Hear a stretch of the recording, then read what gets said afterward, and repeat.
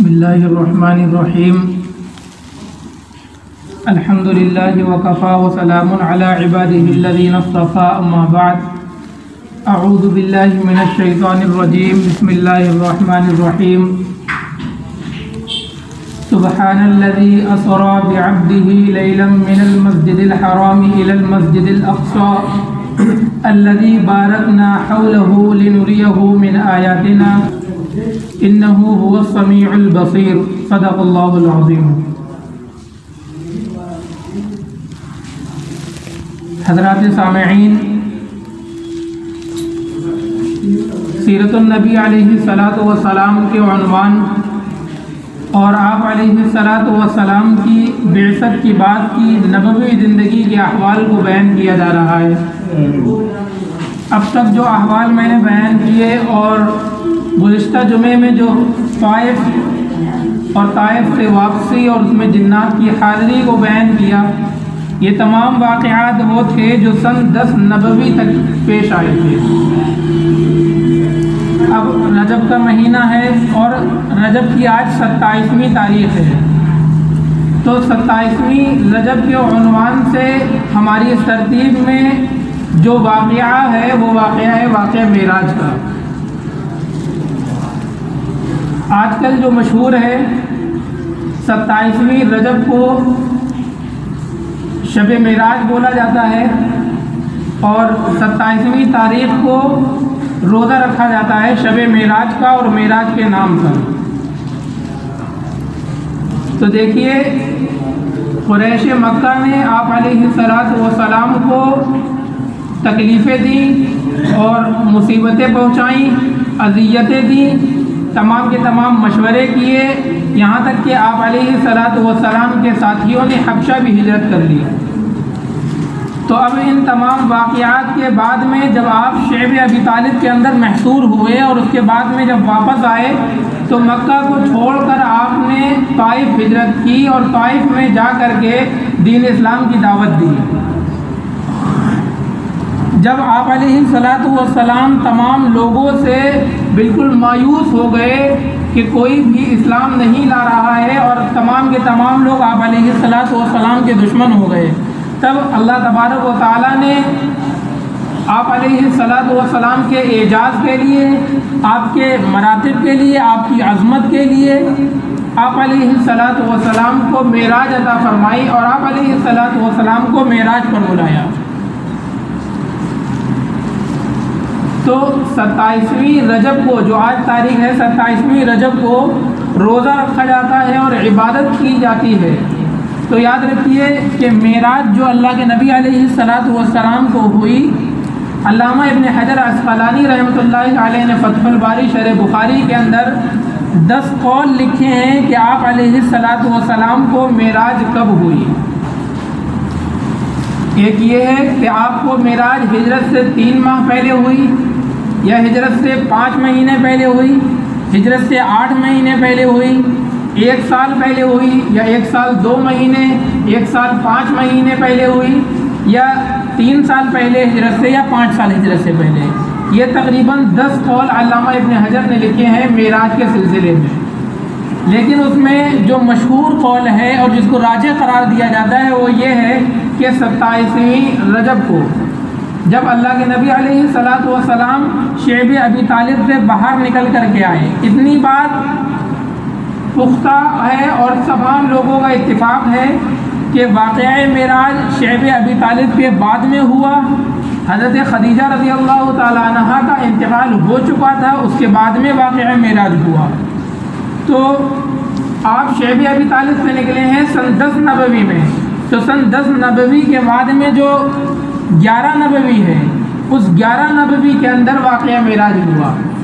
اور تاریخ اور مہینہ کون سا تھا، اس سلسلے میں 10 قول ہیں، جس میں سے راجح اور مشہور قول یہ ہے کہ 27ویں رجب تھی.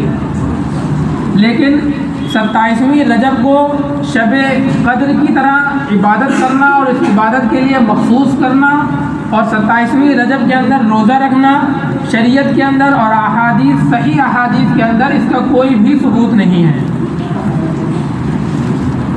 ایک بات یہ ہوئی. دوسری بات جو میں نے آپ کے سامنے اللہ کے نبی علیہ الصلاۃ والسلام کے معراج کے متعلق یہ آیت کریمہ پیش کی ہے، اللہ تبارک و تعالیٰ نے فرمایا سبحان الذی۔ جب واقعہ معراج پیش ہوا تو اس واقعہ معراج کے بعد میں تمام لوگوں کو اشکال ہوا اور اعتراض ہوا، تمام لوگوں نے اعتراضات کرے کہ معراج جو واقعہ بیان کیا جاتا ہے یہ صحیح کیسے ہو سکتا ہے، ایسا کیسے ہو سکتا ہے کہ ایک ہی رات کے اندر اللہ کے نبی علیہ الصلاۃ والسلام اوپر گئے ہوں اور پھر اسی رات کے اندر واپس آ گئے ہوں۔ تو اللہ تبارک قاعدے سے سنیے گا، اللہ تبارک و تعالیٰ نے واقعہ معراج کو جو بیان کیا اس کی ابتدا جو کی ہے وہ انہی الفاظ سے کی کہ سبحان الذی، اللہ تبارک و تعالیٰ پاک ہے اور بابرکت ہے، یعنی اس کے اوپر انگلی نہیں اٹھائی جا سکتی کہ اللہ تبارک و تعالیٰ نے ایسا کیسے کر دیا۔ پاک ہے وہ، بابرکت ہے وہ ذات، الذی اسری بعبدہ لیلا۔ واقعہ معراج کے اندر دو ٹرمپ ہیں، یعنی دو اس کے اندر پارٹ ہیں، ایک ہے مسجد حرام سے مسجد اقصیٰ تک کا سفر، اور ایک ہے مسجد اقصیٰ سے لے کر آسمانوں کا سفر، آسمانوں کے بعد میں سدرۃ المنتہا، اس کے بعد میں بیت المعمور، اور پھر مقام شریف الاعلیٰ، اور اس کے بعد میں جنت و جہنم کی سیر، اور اس کے بعد میں واپسی۔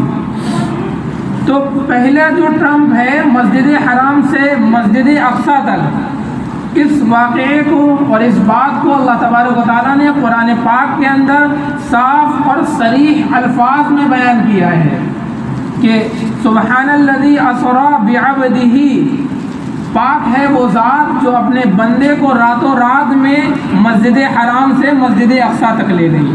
تو دیکھیے اس آیت پاک کے اندر صاف طور پر اللہ تعالیٰ نے فرمایا مسجد حرام سے مسجد اقصیٰ تک کے سفر کو، اس کے بعد مسجد اقصیٰ سے لے کر اس کے علاوہ جو تذکرہ ہے وہ اللہ کے نبی علیہ الصلاۃ والسلام نے احادیث میں بیان کیا، اور تمام احادیث موجود ہیں۔ تو اب اگر کوئی شخص مسجد حرام سے مسجد اقصیٰ تک کے واقعے کو انکار کرتا ہے جس کا نام ہے اسراء، تو وہ قرآن کا انکار کرے گا، اور قرآن کے انکار کرنے کی بنا پر وہ شخص کافر ہو جائے گا۔ اور مسجد اقصیٰ سے لے کر ساتوں آسمانوں کا جو سفر ہے یہ احادیث کے اندر موجود ہے، اس کو معراج کہتے ہیں۔ اگر ان واقعات کا انکار کرے گا تو وہ شخص کافر نہیں ہوگا، کیونکہ احادیث کا انکار کرنے والا کافر نہیں ہوا کرتا ہے۔ اور کبھی ایسا ہوتا ہے کہ اس پورے سفر کو واقعہ معراج کہہ دیا جاتا ہے۔ تو دیکھیں اللہ تعالیٰ نے بیان فرمایا اسری بعبدہ لیلا، اللہ تعالیٰ نے اپنے نبی علیہ الصلاۃ والسلام کو جب معراج کی تو اللہ تعالیٰ نے محمد صلی اللہ علیہ وسلم کے نام کو چھوڑ کر، ان کے تمام اوصاف کو چھوڑ کر ان کا ایک وصف عبد یعنی عبدیت کو بیان کیا اللہ تعالیٰ نے، اور یہ بیان کر کے بتا دیا کہ تمام چیزوں کے اندر عبدیت کو جو فضیلت حاصل ہے وہ کسی کو بھی نہیں حاصل ہے۔ اسی طریقے حضرت عائشہ رضی اللہ تعالیٰ عنہ کی ایک روایت موجود ہے، حضرت عائشہ کہتی ہیں کہ ایک مرتبہ اللہ تعالیٰ نے اللہ کے نبی سے پوچھا کہ آپ عبدیت والے نبی بننا چاہتے ہیں یا بادشاہت والے نبی بننا چاہتے ہیں؟ تو اللہ کے نبی علیہ الصلاۃ والسلام نے حضرت جبرائیل کو دیکھا، جبرائیل نے تواضع اور اختیار کرنے کا ان کو حکم دیا، تو اللہ کے نبی نے فرمایا میں عبدیت والا نبی بننا چاہتا ہوں۔ حضرت عائشہ کہتی ہیں اس واقعے کے بعد سے آپ علیہ الصلاۃ والسلام نے کبھی بھی کھانا ٹیک لگا کر نہیں کھایا، اور آپ غلاموں کی طریقے سے زندگی بسر کرنے لگے۔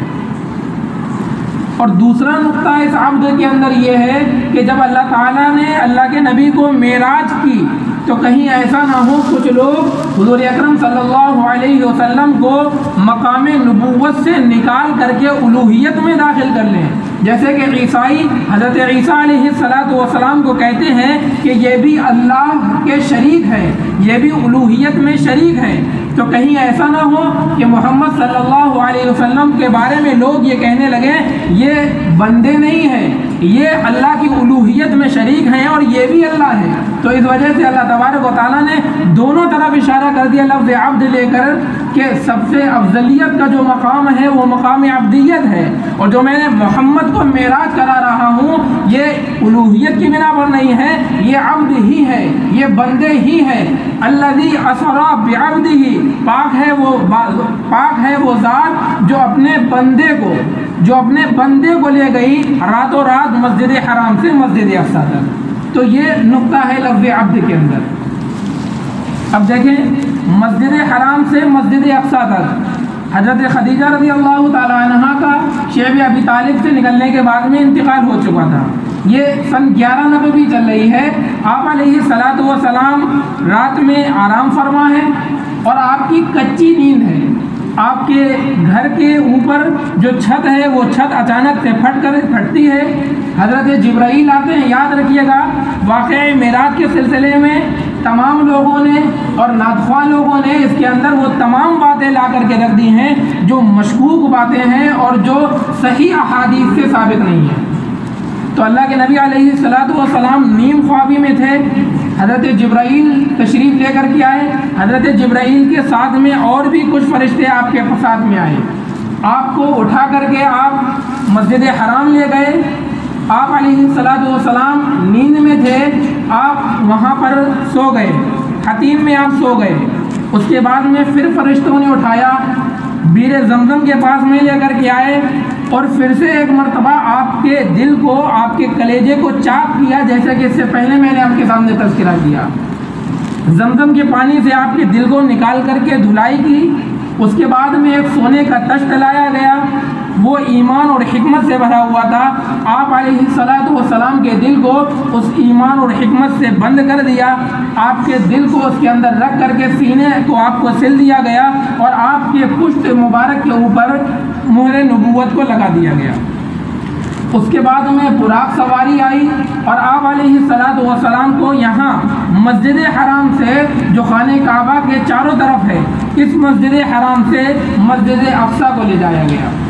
اللہ نے فرمایا لیلم من المسجد الحرام الى المسجد الاقصی الذي بارکنا حولہ، کہ مسجد اقصی وہ ہے جس کے ارد گرد ہم نے برکت دی ہے۔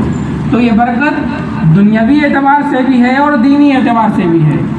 دینی اعتبار سے اس طریقے سے ہے کہ تمام انبیاء کا مرکز اور قبلہ رہا ہے بیت المقدس، اور دنیاوی اعتبار سے اس طور پر ہے کہ وہاں پر بہت سارے پھل وغیرہ لگے رہتے ہیں۔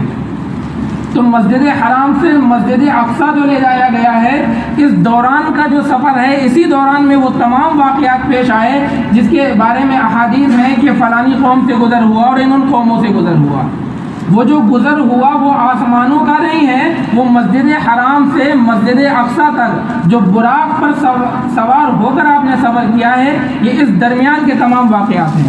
چنانچہ آپ سوار ہو کر گئے اور ایک روایت میں آئے حضرت جبرائیل علیہ الصلاۃ والسلام آپ کے پیچھے بیٹھ گئے۔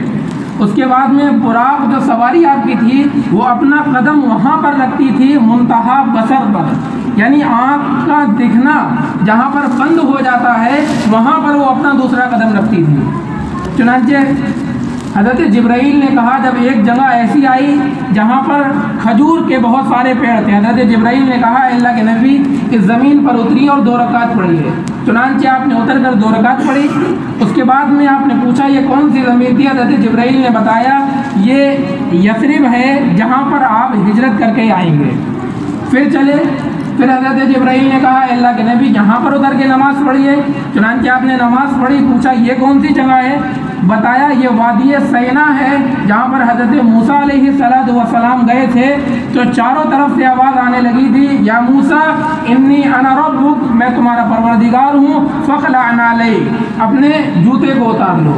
یعنی جہاں پر حضرت موسیٰ علیہ السلام کا اللہ تبارک و تعالیٰ سے ہم کلامی ہوئی تھی، اس جگہ پر اللہ کے نبی اترے اور 2 رکعت آپ نے ادا فرمائی۔ پھر آپ چل دیے، حضرت جبرائیل نے کہا اے اللہ کے نبی اس زمین پر بھی اتریے۔ آپ نے اتر کر نماز پڑھی اور پھر پوچھا یہ کون سی زمین ہے؟ تو بتایا کہ یہ مدین ہے، حضرت شعیب علیہ السلام کا مسکن۔ پھر آپ وہاں سے چل دیے اور چل کر کے پھر آپ نے نماز ایک جگہ پڑھی، حضرت جبرائیل سے پوچھا، انہوں نے کہا یہ بیت اللحم ہے، جہاں پر حضرت مریم اپنی قوم کو چھوڑ کر کے آ گئی تھی اور وہ پیٹ سے حاملہ ہو گئی تھی، اور ایک جگہ پر آ کر کے حضرت عیسیٰ کی جہاں پر پیدائش ہوئی تھی، یہ وہ جگہ ہے۔ چنانچہ آپ نے اس جگہ پر اتر کر کے نماز پڑھی اور پھر وہاں سے چل دیے۔ اس کے بعد میں یہ تمام واقعات پیش آئے کہ ایک قوم کے پاس سے گزر ہوا جن کے ناخن تانبے کے تھے، وہ اپنے چہرے اور اپنے سینے کو چاک کر رہے تھے۔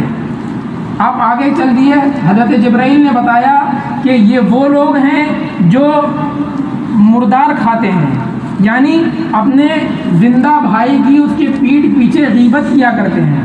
اس کے بعد میں چل دیے تو ایک ایسی قوم پر گزر ہوا جو نہر کے اندر نہا رہے تھے اور لاس میں ایک پتھر رکھا ہوا تھا، اس پتھر کے پاس میں جاتے تھے اور اس پتھر کو نگل لیتے تھے۔ حضرت جبرائیل نے بتایا یہ وہ لوگ ہیں جو سود کھاتے ہیں۔ پھر ایک ایسی قوم سے گزر ہوا جن کے چہروں کو اور جن کے سروں کو ایک بڑے پتھر سے مارا جا رہا تھا اور ان کے چہرے پورے مسخ ہو جاتے تھے، پھر چہرے واپس ہو جاتے تھے اور پھر ان کے اوپر پتھر مارا جاتا تھا۔ حضرت جبرائیل نے کہا یہ وہ لوگ ہیں جو فرض نمازوں سے غفلت برتتے ہیں۔ یاد رکھیے گا، یہ نہیں کہا یہ نماز نہ پڑھنے والے ہیں، بلکہ یہ کہا یہ وہ لوگ ہیں جو فرض نماز میں کوتاہی کرتے ہیں۔ پھر ایک ایسی قوم سے گزر ہوا جو اپنی شرمگاہ پر چتھڑے لپیٹے ہوئے تھے اور وہ جانوروں کی طرح چل رہے تھے اور زقوم اور جہنم کے درخت کو کھا رہے تھے۔ حضرت جبرائیل نے کہا یہ وہ لوگ ہیں جو زکوٰۃ نہیں ادا کرتے ہیں۔ پھر ایسی قوم سے گزر ہوا کہ جو بہت ساری لکڑیاں جمع کر رہے تھے اور ان لکڑیوں کو اٹھا نہیں سکتے تھے، لیکن پھر بھی اور لکڑیاں لا کے رکھ رہے تھے۔ حضرت جبرائیل نے کہا یہ وہ لوگ ہیں جو دوسرے کے حقوق کو مارتے ہیں۔ پھر ایک ایسی قوم سے گزر ہوا جن کی زبانیں اور جن کے ہونٹ لوہے کی قینچیوں سے کاٹے جا رہے تھے۔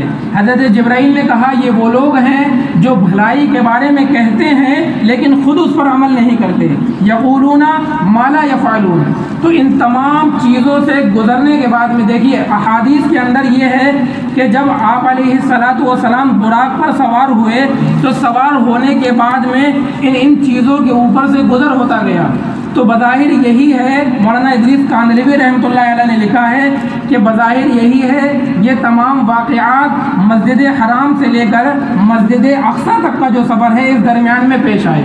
پھر جب آپ مسجد اقصیٰ میں پہنچے ہیں تو آپ نے اپنے سواری براق کو ایک پتھر پر باندھ دیا جس پر تمام انبیاء اپنی سواری کو باندھا کرتے تھے، اور ایک روایت کے اندر آتا ہے کہ حضرت جبرائیل نے اس پتھر کے اندر اپنی انگلی ڈالی اور اس کے اندر ایک سوراخ ہو گیا، اور پھر اللہ کے نبی علیہ الصلاۃ والسلام نے اپنی سواری کو باندھ دیا۔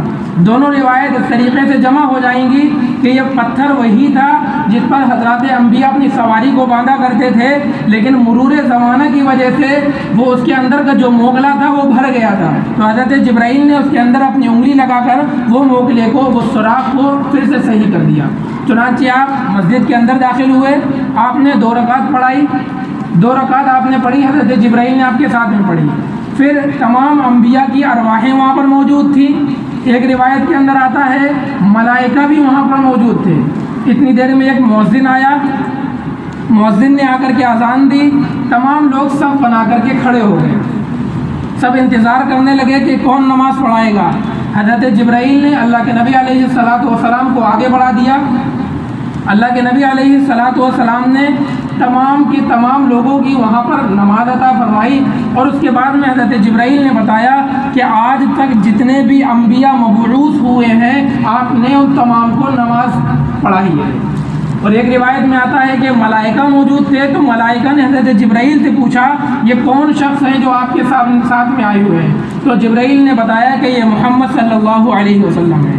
اس کے بعد میں سب سے آپ نے ملاقات کی، تمام انبیاء نے اللہ تبارک و تعالیٰ کی دعا کی، حمد و ثنا کی اور اپنے اپنے القاب کو بیان کیا۔ بعد میں اللہ کے نبی علیہ الصلاۃ والسلام نے الحمدللہ الذی ارسلنی رحمۃ للعالمین وکافۃ للناس بشیرا ونذیرا، اس انداز میں اپنی امت کا وہاں پر اپنی امت کو پیش کیا کہ میں ایسی امت کے سامنے بنا کر کے بھیجا گیا ہوں۔ تو پھر حضرت ابراہیم علیہ السلام آگے آئے اور آگے آ کر کے لوگوں سے تمام انبیاء سے یہ کہا کہ دیکھو یہ تمام وہ فضل ہیں اور یہ تمام وہ اوصاف ہیں جس کی بنا پر اللہ تبارک و تعالیٰ نے ان کو افضل البشر اور افضل الانبیاء بنایا ہے۔ اور اس کے بعد میں آپ ایک سیڑھی لائی گئی، اس سیڑھی سے آپ مسجد حرام مسجد اقصیٰ سے لے کر کے آسمانوں پر تشریف لے گئے۔ سیڑھی کو عربی میں معراج کہتے ہیں، اس بنا پر اس واقعے کو معراج کہا جاتا ہے۔ تو میں نے آپ کو بتایا تھا اس واقعے کے اندر دو ٹرم ہے، ایک ہے مسجد حرام سے مسجد اقصیٰ، اس کو میں نے تفصیل کے ساتھ آپ کے سامنے بیان کر دیا ہے۔ مسجد اقصیٰ سے لے کر آگے کا جو ذکر ہے اس کو انشاءاللہ اگلے ہفتے میں بیان کریں گے۔ اللہ تعالیٰ کہنے سننے سے زیادہ عمل کی توفیق عطا فرمائے۔ وآخر دعوانا الحمدللہ رب العالمین۔